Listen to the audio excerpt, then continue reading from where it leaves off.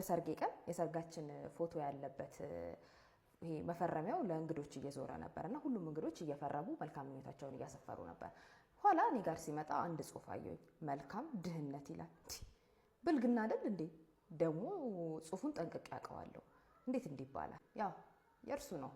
ለአመታት ፍቅረኛ የነበረው የያሬድ እጅ ጽሑፍ ነው። ምን አለበት ጸባዩ ልክ እንደ እጅ ጽሑፉ ቢያምርላለሁ። አፈቅረው ነበረ። ያው እሱም ያፈቅረኝ ነበረ ወይም ይመስለኛል።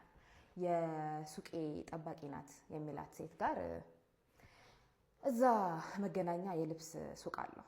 ብቻ ይቅርታ ላደርግለት ሰበብ ፈለኩኝ። ጎበዝ ነው። በጥረቱ ኑሮን ያሸነፈ።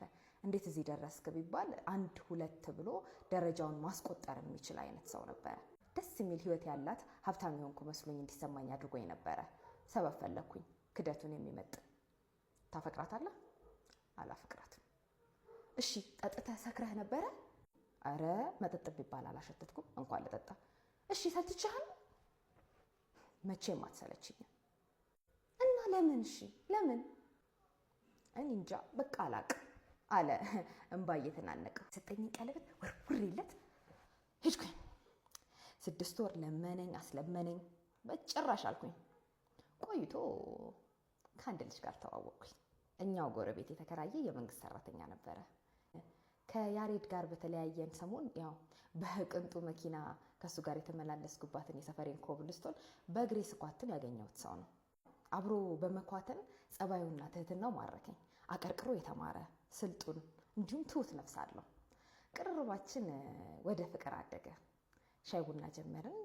ያው የኪራይ ቤቱ ጎራ ማለት ጀመረ። እሾህን በሾህ ነው ብዬ ከአመት አካባቢ በኋላ ቅልብጭ ባለች ሰርግ ተጋባን። ግን አንዳንዱ እሾህ ሲያመረቅዝ ይኖራል። ያለ ካፊ እንደመጣ እንኳ ሳላየው በሰርጌ ዕለት መልካም ድህነት ብሎ ቦርዱ ላይ ጻፈ። ይሄ ሟርተኛ ግን ልክ ነበረ። ገና ባገባሁኝ በሁለተኛ ዓመቴ ጸጉር የሚያቆም ድህነት ጋር ተፋጠጥኩኝ። እሱ ሀብቱን ያገኘው ጅብ ጋልቦ እንደሆነ ምን አባቱ ይታወቅለታል? ይህንን ሳስብ ነበር ደግሞ ነፍሴ በድህነት ቡጢ እየተጠናገረች መሆኑ የገባኝ። ድህነት ቃላትንም ቅላጼንም እሾህ ያደርጋል። ያው ኑሮ ምቾት ሲነሳኝ በያሬድ ምቾት ቀን በቅናት ተቃጠልኩኝ። እሱ በተልከሰከሰ እኔ ዋጋ መክፈል ነበረብኝ። ለምቾቴስ ብዬ እንዳላየው ማለፍ ነበረብኝ። ሀገራችን ህይወት ለኩራትም ለይቅርታም አይመችም።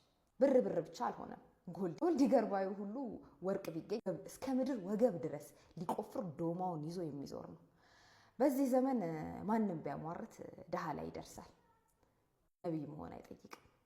በቀደም ታዲያ መንገድ ላይ ፀሐይ ሲከካኝ አገኘኝና መኪናውን አቁሞ ግቢ አለኝ።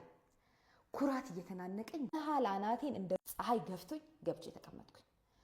ምናልባት የወሬ ጉጉት መኪና ከትዳር ይመቻል፣ ደግሞ ቅዝቃዜው ደግሞ ደስ የሚል ሽታ የራሴ ላብጠረን መኪናውን የሞላው እስኪመስለኝ ድረስ የመቆሸሽ ስሜት ተሰማኝ።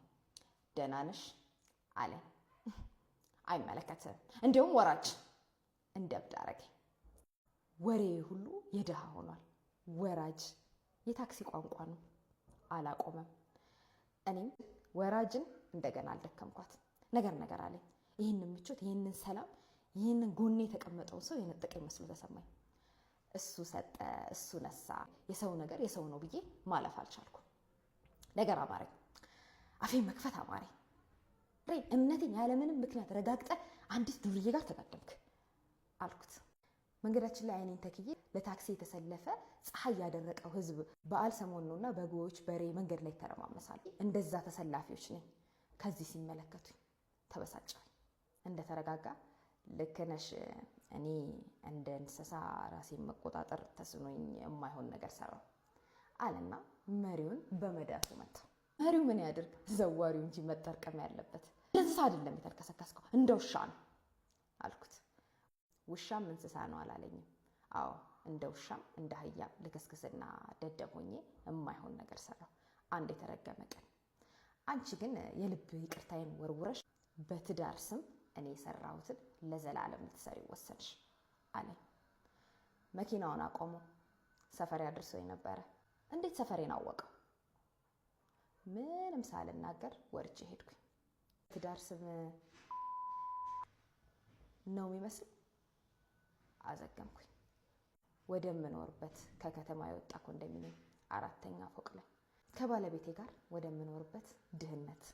ይህ ጠንቋይ ልጅ ቀና ብዬ ህንፃውን ሳየው ጠዋት አስጭቻቸው የሄድኩት የባሌ 2 ሸሚዞች ተሰዶ ባዶውን እንደቀረ አገር ባንዲራ በግዴለሽነት ይወዛወዛሉ።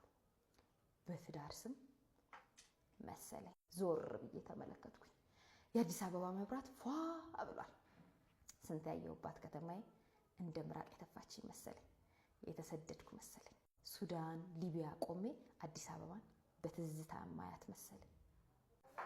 የጠንቋይ ልጅ አሌክስ አብርሃም